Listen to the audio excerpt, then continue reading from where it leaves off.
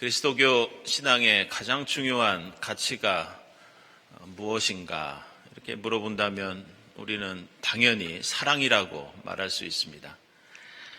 그런데 우리가 아무리 사랑을 강조하고 또 실천하려고 노력하고 있지만 늘 우리는 이 고린도전서 13장 말씀을 읽을 때마다 이 부끄러움을 느낄 때가 많이 있습니다. 고린도전서 13장 4절 이하에서는 우리가 추구하고 또 행동으로 실천해야 하는 사랑에 대해서 다음과 같이 사도 바울이 가르쳐주고 있습니다. 사랑은 오래 참고 친절하고 시기하지 않고 뽐내지 않으며 교만하지 않습니다. 사랑은 무례하지 않고 이기적이지 않고 성내거나 원한을 품지 않습니다. 사랑은 불의를 기뻐하지 않고 진리를 기뻐하면서 모든 것을 덮어주고 소망과 믿음 가운데 인내하는 것이 사랑입니다. 이렇게 가르쳐 줍니다. 우리가 예수 믿으면서 이런 사랑을 실천하며 사는 것은 당연한 일이지만 사실 예수 믿는 사람들 중에서도 인내가 없고 화를 내고 이기적이고 교만한 사람을 우리는 얼마든지 찾아볼 수 있습니다. 그래서 고린도전서 13장의 사랑은 예수 믿지 않는 사람들도 익히 이 내용을 잘 알고 있어서 우리는 이 말씀을 읽을 때마다 하나님 앞에서는 죄스럽고 또 세상을 향해서는 부끄러울 때가 많이 있습니다.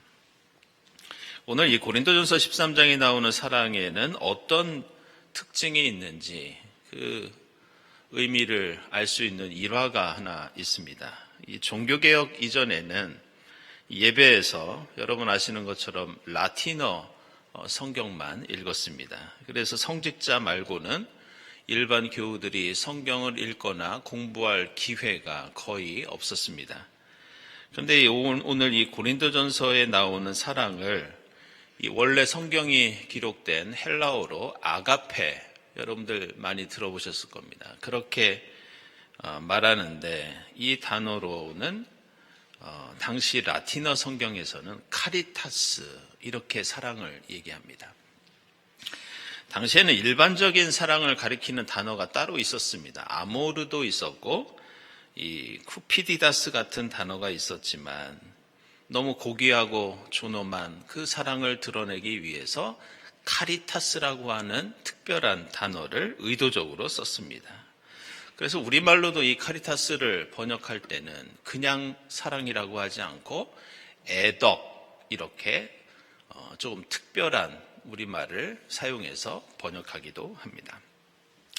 그런데 이 16세기 영국의 이 윌리엄 틴들은 이 라틴어 성경을 영어로 번역하면서 이 카리타스라는 말을 그냥 당시 사람들이 흔히 사용하던 지금 우리가 잘 알고 있는 러브라고 하는 영어 단어를 그냥 사용했습니다. 당시에 카리타스에 해당하는 영어 단어 체리티가 따로 있었는데도 틴들은 의도적으로 그냥 러브 이렇게 번역합니다. 그래서 당시 유럽의 최고 지성이었던 토마스 모어는 이러한 틴들의 번역에 대해서 저잣거리에서나 쓰는 말을 거룩한 성경에 사용했다고 대단히 신랄한 비판을 한 적이 있습니다. 그러나 윌리엄 틴들은 어떤 신학적인 개념이나 대단한 가치를 담고 있는 특별한 단어보다 사람들이 흔히 일상생활에서 사용하는 언어로 이 사랑을 표현해야 한다고 그렇게 생각했습니다.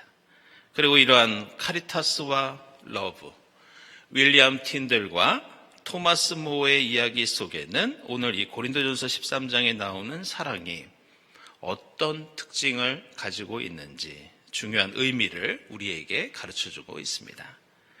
오늘 고린도전서에서 사도 바울은 그리스도인이라면 당연히 사랑해야 한다고 강조하면서 이러한 기독교적인 사랑이 가지고 있는 중요한 특징을 두 가지 우리에게 말씀해주고 있습니다. 그 첫 번째 특징은 이 사랑은 아가페라는 단어처럼 카리타스라는 단어처럼 고귀하고 존엄한 사랑이라고 우리에게 말씀하고 있습니다.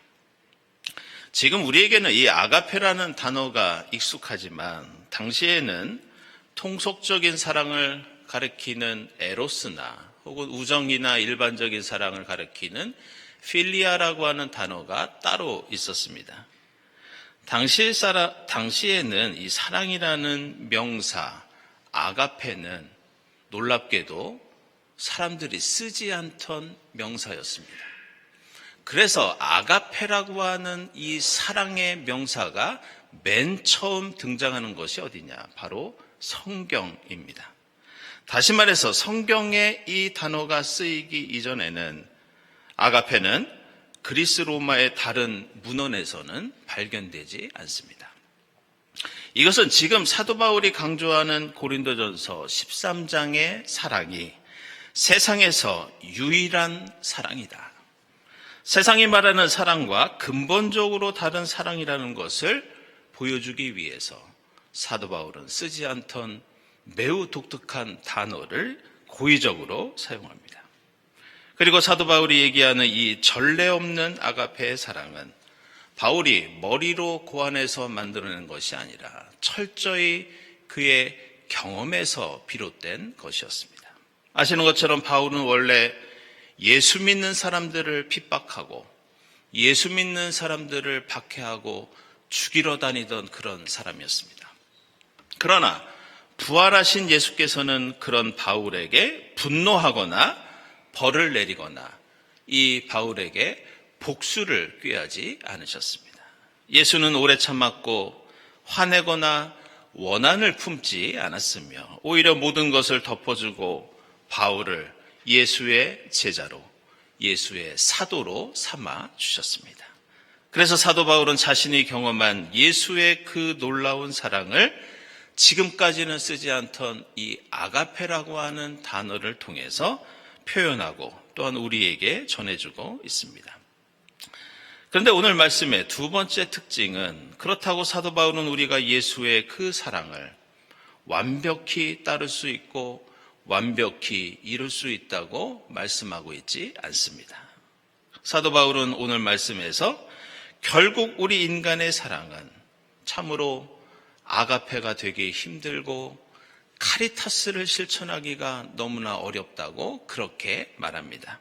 그래서 오늘 고린도전서 13장을 보시면 1절부터 3절까지는 사랑의 중요성에 대해서 강조하고 있고 4절부터 8절까지는 사랑은 오래 참고 친절하다고 하면서 사랑이 어떤 내용을 가지고 있는지 우리에게 가르쳐 줍니다. 그런데 9절부터 마지막까지 이 13장의 뒷부분에서는 우리가 실천하는 사랑이 얼마나 부족하고 얼마나 한계가 있는지, 우리의 사랑은 아가페나 카리타스가 아니라 그저 흔한 러브 같은 사랑이라고 고백하는 내용이 이어집니다. 그래서 오늘 9절 이하를 보시면 우리가 하나님과 이웃을 알고 사랑하는 것은 부분적이고 온전하지 않다.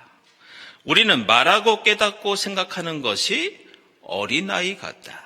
우리의 지식과 사랑은 아직 희미하고 부족하다고 이렇게 사도 바울은 고백하고 있습니다.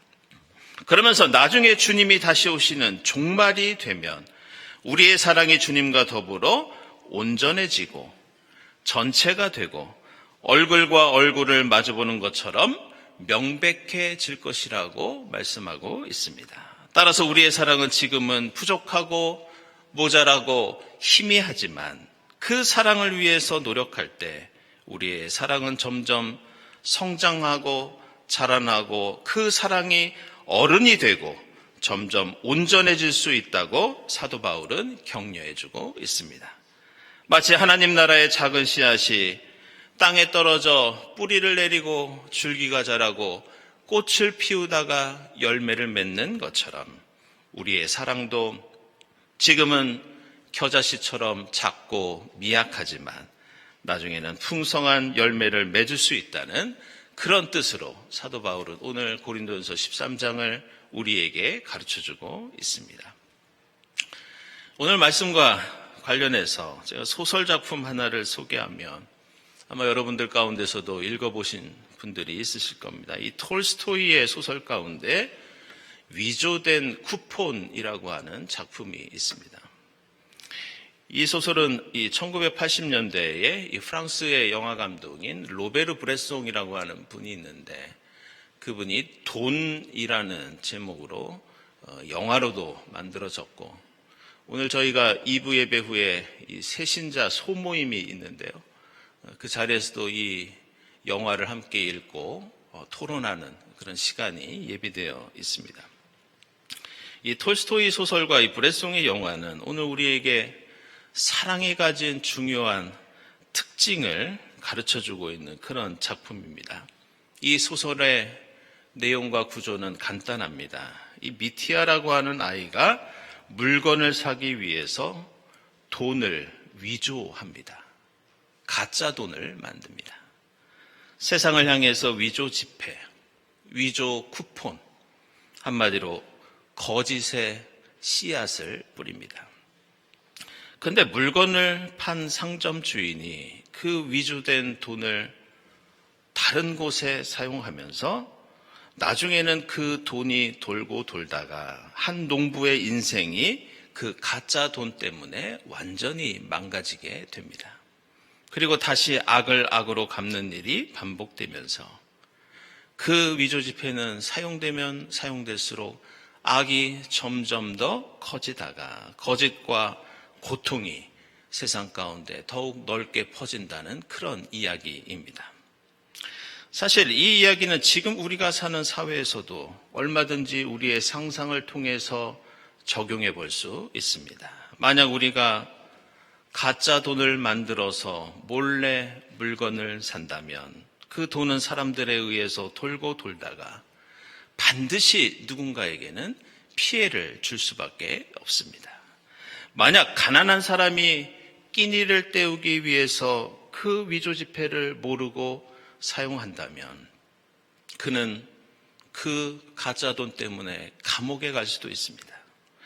그 가난한 사람이 자신이 매일 일해야 병든 가족을 먹여 살릴 수 있었다면 그 위조 지폐 때문에 그가 돌보던 가족이 병 때문에 고통받다가 심지어 목숨을 잃을 수 있는 일도 생길 수 있습니다. 그래서 이 톨스토이의 소설은 우리에게 그리스도교 신앙의 매우 중요한 특징을 가르쳐 줍니다. 우리가 저지르는 죄, 반대로 우리가 실천하는 사랑, 이것은 그 자리에서만 소비되고 사라지는 것이 아니라 세상 속에서 유통되는 화폐, 이 땅에 뿌려진 씨앗과 같다는 그런 뜻입니다. 그래서 우리는 인내하지 않고 화를 낼 수도 있고 순간 누군가를 미워하고 혐오하면서 폭력을 행사할 때도 있습니다. 우리는 거짓말을 할 수도 있고 누군가를 속일 수도 있습니다. 그런데 그 죄는 그 자리에서 누군가에게만 멈춰 있는 것이 아니라 돈처럼 돌고 돌아서 더 큰 미움과 혐오와 배제가 되고 심지어 누군가의 생명과 행복까지 앗아갈 수 있다는 것을 경고하고 있습니다.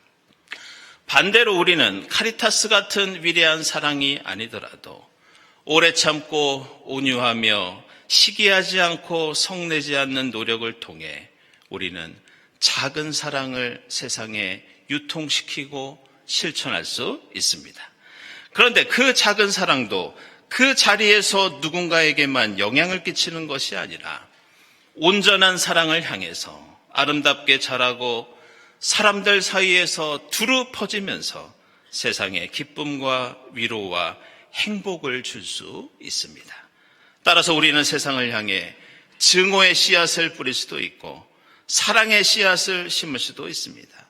세상을 향해 위조된 지폐를 뿌릴 수도 있고 반대로 행복을 주는 보너스 쿠폰을 뿌릴 수도 있습니다. 오늘 우리가 함께 읽은 예레미야와 복음서에는 이 땅에 하나님의 사람으로 부름받은 사랑을 실천하면서 여러 가지 어려움을 겪었던 그런 신앙의 인물들이 등장합니다. 예레미야는 하나님의 사랑을 전할 때 수많은 박해와 고난을 겪었던 사람이었습니다. 오늘 누가복음서에서 소개하는 엘리야의 예언자도 그가 사렙다 과부에게 베풀었던 그 사랑과 기적은 개인적인 것이었고 부분적이고 희미하고 어린아이와 같은 그런 기적과 사랑이었습니다. 예수께서도 그의 사랑은 고향 땅에서 제대로 뿌리내리지 못했고 많은 사람의 반발과 조롱과 협박을 받을 때가 많이 있었습니다. 그러나 이들의 사랑은 마가복음서 4장 27절 이하의 말씀처럼 밤낮 자고 일어나는 사이에 싹이 나고 자라나 열매를 맺어 하나님의 구원과 사랑의 역사를 이루었다는 것을 우리는 성경을 통해서 잘 알고 있습니다. 사랑하는 여러분, 주님의 공생애를 기념하는 이 주연절을 보내면서 주님처럼 이 땅에 사랑의 씨앗을 뿌리고 세상을 향해 용서와 화해와 평화를 널리 퍼뜨리는 여러분이 될 수 있기를 바랍니다. 물론 우리가 사는 세상에는 위조지폐 같은 거짓과 탐욕과 미움과 갈등이 만연해 있습니다. 그러나 악을 악으로 갚는 것이 아니라 우리의 작은 미소와 친절과 호의를 통해서 악을 선으로 변화시키면서 작고 희미하고 부족한 우리 사랑을 아름답게 세상에 퍼뜨리고 풍성하게 자라게 하는 여러분의 주연절이 될 수 있기를 주님의 이름으로 축원합니다. 기도하겠습니다. 하나님,